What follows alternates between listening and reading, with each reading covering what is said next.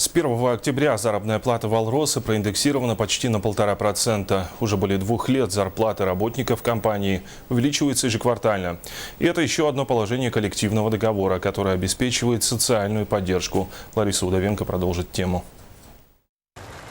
Октябрь – начало 4-го квартала и в соответствии с коллективным договором время, когда в Алроса индексируется заработная плата.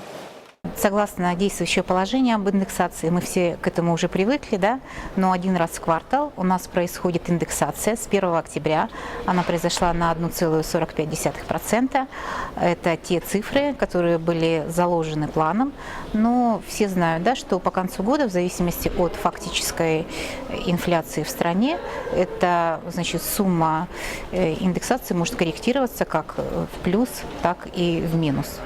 За год зарплата алмазников индексируется 4 раза. Есть четко определенный размер – 1,45.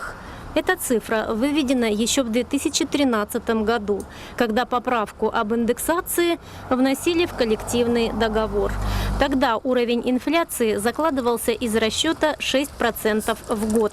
И сегодня, 1 апреля, 1 июня и 1 октября зарплата в Алроса увеличивается на 1,45. А вот январская индексация имеет другую цифру, которая складывается из официальных данных Минэкономразвития России. Так, в 2014 году инфляция по стране составила 12%. Соответственно, в начале этого года зарплата в компании была проиндексирована на 7,3%. Цифра индексации по компании «Алроса» берется из цифры, утверждаемой правительством Российской Федерации на текущий год. То есть у нас все ясно и прозрачно. За несколько лет все настолько привыкли к ежеквартальному повышению, что это стало восприниматься как должное. Самая распространенная реакция на очередное изменение в расчетках – почему так мало? А в это время профсоюзы других предприятий России только пытаются добиться от работодателя подобной социальной гарантии.